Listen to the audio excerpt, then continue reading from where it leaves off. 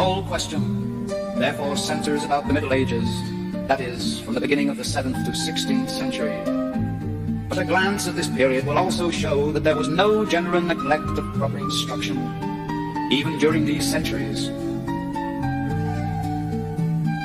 This is evident in the first place from the many national and provincial councils held in various countries, commanding priests to instruct their people in the doctrines of faith, especially those contained in the Apostles' Creed and the Pater Noster. Already in 529, the Council of Vaison had obliged the priests of Gaul to take boys into their household and teach them to read the Psalms and the Holy Scriptures, and to instruct them in the law of God. This same council refers to a custom of this kind already existing in Italy. It was from these priest schools that the parochial schools of the Middle Ages and of modern times took their origin.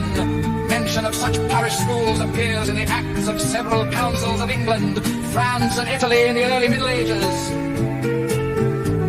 For instance, the Council of Claveshoe in England, convened in 749, prescribed that the parish priest should always have in his house a school of learners, and that he should not demand for this instruction any recompense from the parents.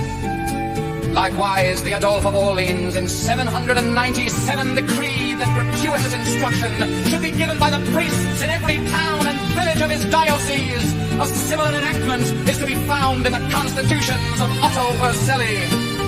The Council of Mayence in 813 decreed in its 45th canon that parents should send their sons to the parish schools to learn in the vernacular, the Our Father, the Creed, and all else that was needful for instruction in the Catholic faith.